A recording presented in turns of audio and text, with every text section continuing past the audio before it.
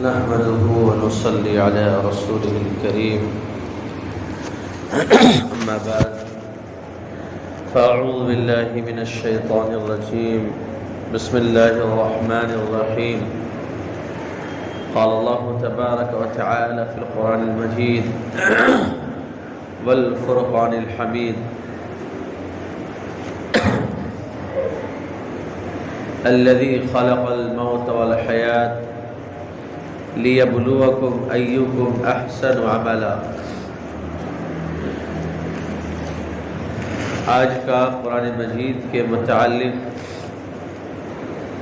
جو باتیں چل رہی ہے کہ قرآن مجید کے کیا کیا تقاضے ہیں، قرآن مجید ہم سے کیا چاہتا ہے، قرآن مجید کیا نظام پیش کرتا ہے، قرآن مجید کیا ترتیب بتلاتا ہے، چاہے وہ معاشرتی نظام ہو،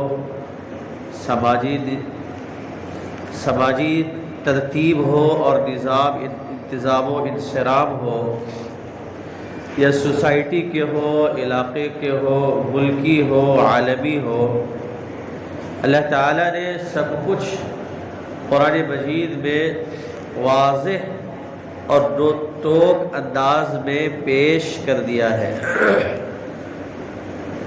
بنیادی طور پر قرآن مجید کے ایک نقطۂ نظر اور نظریے کو سمجھ لینا چاہیے کہ اللہ تعالیٰ نے ہمیں اس دنیا میں آزمائش، امتحان کے لیے اللہ تعالیٰ نے بھیجا ہے۔